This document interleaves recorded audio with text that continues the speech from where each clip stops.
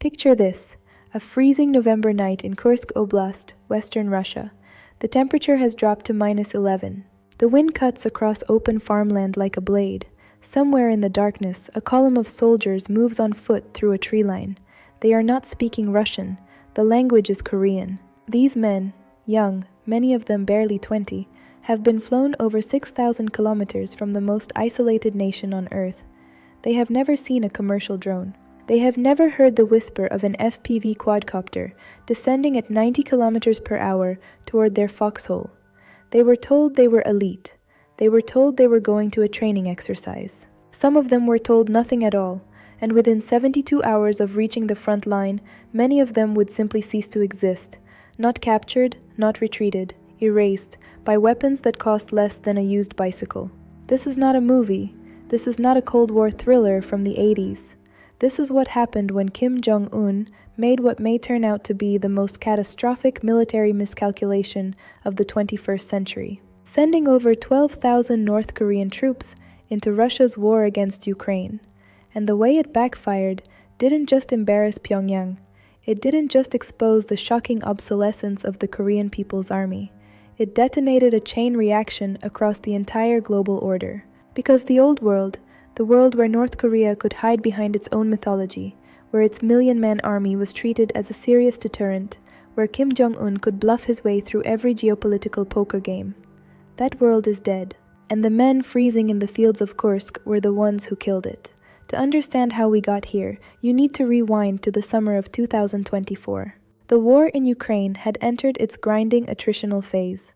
Russia, despite its vast reserves of Soviet-era equipment, was hemorrhaging manpower at a rate that no propaganda machine could fully conceal. According to U.S. Defense Intelligence Agency estimates cited by Bloomberg, Russian forces were suffering between 900 and 1,200 casualties per day, a figure that included killed, wounded, and missing. The Kremlin's solution had been a patchwork of desperate measures: prisoner recruitment, covert mobilization, cash bonuses that had ballooned to over $22,000, but it was not enough. Every kilometer needed bodies. Enter Kim Jong-un. In September 2024, satellite imagery analyzed by the Center for Strategic and International Studies revealed unusual activity at multiple North Korean military installations. Large-scale troop movements were observed at the Ganggi training complex. Within weeks, South Korea's National Intelligence Service confirmed North Korea was preparing to deploy combat troops to Russia, frontline infantry. The initial estimate was 4,000. Then it was revised to 10,000. By November, U.S. Secretary of Defense Lloyd Austin confirmed the number had surpassed 12,000. And the question was simple. Why? The answer lies in a deal so transactional, so coldly mercenary. Pyongyang and Moscow supply manpower in exchange for advanced satellite technology, submarine propulsion, and over $100 million. Most critically, Russian technical assistance for Pyongyang's ICBM re-entry vehicle program. In plain language, Kim Jong-un sold his soldiers. He traded human lives for the technology to threaten American cities with nuclear warheads. And Vladimir Putin, drowning in a war he could not afford to lose, was willing to pay the price. But something far more sinister was happening on the ground. The first North Korean units arrived in Russia's Far East in early October. They were flown into Vladivostok, then moved by rail to staging areas. From there, they were supposed to undergo a 4 to 6 week integration program. Integration was a disaster from the first day. The North Korean troops had been trained in a doctrine that had not fundamentally changed since the 1960s. Their infantry tactics relied on massed formations and human wave assaults. They had virtually no experience with networked digital communications. Their personal equipment, from boots to body armor, was decades behind even the most basic Russian standard issue, and almost none of them spoke a single word of Russian. Military liaison officers described the situation as hopeless. One Russian officer said, "They follow orders like machines, but they don't understand the orders, and they don't understand what's coming." What was coming was a form of warfare they had no conceptual framework to survive. The Ukrainian battlefield in late 2024 was dominated by one weapon above all others: the first-person view drone. Small, agile quadcopters, costing between $300 and $500, had become the single most lethal asset. Ukrainian forces were deploying 3,000 FPV drones per day. The doctrine for surviving them was something they had learned through months of brutal error. The North Koreans had learned none of it. Ukraine had fielded a sophisticated electronic warfare network. The entire kill chain, from detection to strike, had been compressed to under 90 seconds. For these soldiers, this was not a battlefield. It was a kill box. But the real shock was not the technology gap. It was the speed at which the catastrophe unfolded.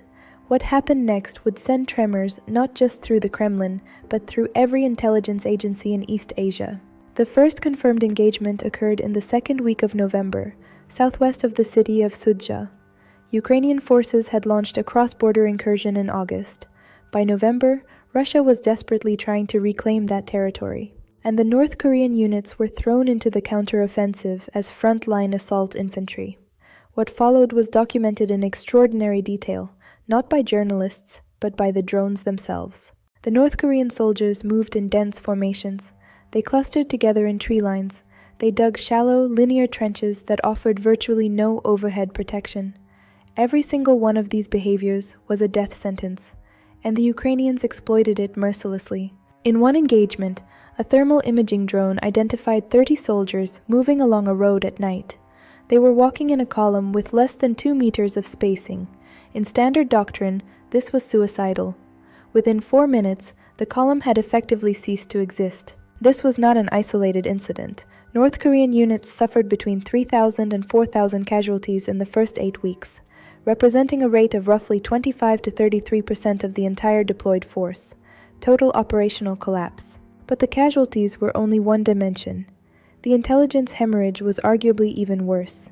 For the first time, Western intelligence had direct access to North Korean military personnel and communications through the unfiltered reality of the battlefield. Ukrainian forces captured North Korean soldiers. Allied intelligence now had access to active-duty soldiers who could provide current information on training methods, command structures, and the internal state of the North Korean military machine. Captured soldiers revealed alarming details. They were told they were for training, not combat. Their understanding of the conflict was non-existent, and their physical condition was poor, revealing signs of chronic malnutrition and untreated parasitic infections. While the media focused on footage, a parallel crisis was erupting far from the trenches, in the halls of power across East Asia. Kim Jong-un's decision sent shockwaves through every capital, and the responses may prove far more consequential. South Korea's reaction was immediate and furious. President Yoon Suk-yeol convened an emergency session. For South Korea, this was unprecedented. North Korean troops gaining real combat experience against a modern, Western-equipped military. Seoul crossed a line it had carefully maintained. In December, they confirmed considering the direct provision of lethal military equipment to Ukraine, including 155mm shells. South Korea holds 3.5 million rounds. A shudder went through Moscow. But South Korea was not the only domino. Japan accelerated its defense timeline, justifying further expansion of its counter-strike capabilities. And then there was China. Beijing was not consulted. This was a humiliation for Xi Jinping. Beijing learned about the deployment from Western intelligence. Kim Jong-un acted unilaterally, complicating China's strategic interests. The silence from Beijing spoke louder than any official statement could have. They believed the deployment would be a contained operation. They were wrong. And the price of that error didn't just change the war in Ukraine.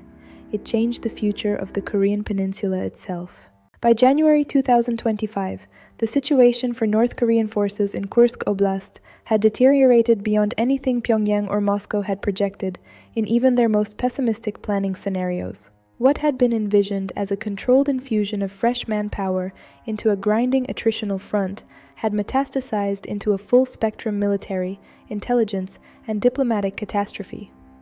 And the layers of that catastrophe were still unfolding. On the battlefield itself, the pattern of losses had not improved. It had worsened.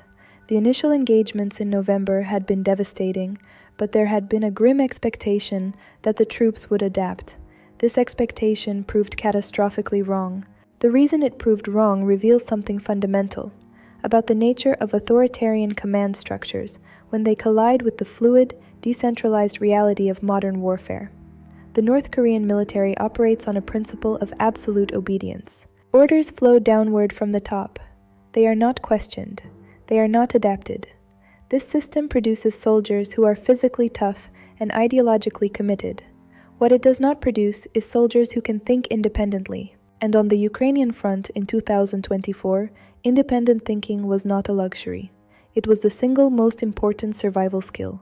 Ukrainian drone operators reported a phenomenon that became grimly consistent across multiple sectors. When a North Korean position was struck by an FPV drone, the surviving soldiers would remain in place. They would not scatter, they would not reposition, they would wait for orders. The kill chain on the Ukrainian side was measured in seconds.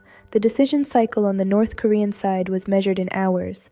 The mathematics of that mismatch were lethal beyond computation. A senior Ukrainian military intelligence officer described the engagements as unlike anything we have seen. He said, "These soldiers fight with a courage that is undeniable, but courage without adaptation is just a slower form of suicide." The North Korean deployment was not reinforcing Russia's front line. It was creating a new vulnerability. Every North Korean unit rendered combat ineffective had to be replaced by Russian units pulled from other sectors. Russian forces that had been holding positions in Zaporizhia, in Donetsk, in Luhansk, were redeployed to backstop the sectors where North Korean units had collapsed. And as those Russian units moved, the Ukrainians probed the gaps they left behind. But while the world watched the tactical disintegration in Kursk, something far more consequential was unfolding in an invisible world, the world of signals intelligence and electronic warfare. When North Korean troops deployed, they brought communications equipment, indigenous hardware that had never before been observed by Western intelligence. This was the equivalent of finding a sealed vault suddenly thrown open. Every transmission was intercepted, every frequency was catalogued, every encryption protocol was analyzed. Western agencies built a more comprehensive signals profile than they had assembled in the previous 20 years combined. Moreover, the captured soldiers became an intelligence goldmine.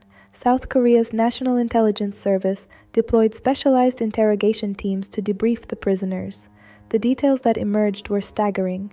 The North Korean soldiers reported that their units were selected for political reliability, not combat readiness. These were troops from the elite Storm Corps, which meant ideologically vetted, not tactically superior. Their training had consisted primarily of physical conditioning, close order drill, and ideological indoctrination. They had never trained against drone threats. They had never conducted exercises involving electronic warfare. The captured equipment told a similar story. Body armor recovered consisted of steel plates, not ceramic, not modern composites. Steel plates, the same basic technology used in World War II flak jackets. Functionally zero protection. The helmets were antiquated. The night vision equipment was virtually non-existent. One captured unit of 40 soldiers had a single pair of binoculars with first-generation night vision. A standard Ukrainian squad carries multiple third-generation devices. This is not a story about equipment. This is a story about a lie that has been the foundation of North Korean strategic power for over 7 decades. That lie was stress-tested in the fields of Kursk, and it shattered. There were only 90 minutes left in the operational window. The sun was rising. A surveillance drone identified 120 North Korean soldiers in a staging area preparing for a dawn counterattack. The coordinates were transmitted to an artillery battery, firing GPS-guided munitions. The battery fired 12 rounds in 90 seconds. The staging area disappeared under a sequence of airbursts. The counterattack never materialized. This engagement illustrates the fundamental asymmetry that defines warfare in the 2020s. Precision, intelligence, and network decision-making will defeat mass, courage, and ideology every single time. North Korea built its military around the latter. Now let us project forward, because the consequences of this debacle are actively reshaping the future. Analysts across major strategic think tanks are now modeling 3 distinct scenarios. Scenario 1. Manage withdrawal and quiet burial. Pyongyang and Moscow quietly agree to withdraw remaining troops to rear area security duties. The dead are listed as training accident victims. The deployment fades from attention. Scenario 2. Regional realignment. South Korea begins supplying lethal weapons to Ukraine, tanks, howitzers, missiles. Japan further expands its capabilities. The Indo-Pacific enters a new arms race dynamic mirroring the Cold War. Scenario 3. escalatory spiral, and miscalculation. Faced with humiliation, Kim calculates that his nuclear arsenal is his only lever. He accelerates testing. Provocations trigger counter-responses. This is the scenario that keeps strategists awake at night. While analysts model scenarios, there is a dimension that risks being lost, the human dimension. The soldiers sent to Kursk did not choose to go. They were not volunteers. They were not mercenaries seeking fortune. They were young men born into the most controlled society on earth, sent to die in a country they had never heard of, for a cause they did not understand. They are the invisible casualties of a transaction between two dictators. North Korea's power has always been built on myth, the myth of military invincibility, of ideological superiority. Myths survive in darkness and isolation, but Kursk let the light in, and once the light enters, the myth cannot be reassembled. The true backfire is epistemological. It is the destruction of the story that North Korea has told about itself for 70 years.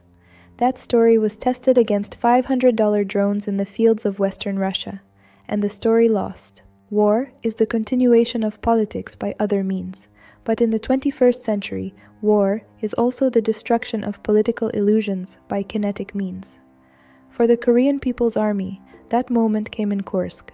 Kim Jong-un now faces a dilemma with no clean solution. He cannot acknowledge the losses, he cannot undo the diplomatic consequences, and he cannot undo the knowledge that his army is systemically unprepared for modern combat. The frozen fields of Kursk were supposed to be a proving ground. Instead, they became a mirror, and what the mirror reflected was the truth, and the truth, once seen, cannot be unseen. The era of the invisible army is over. The light has reached Kursk, and it is not going out. This was the Kursk backfire. Thank you for watching.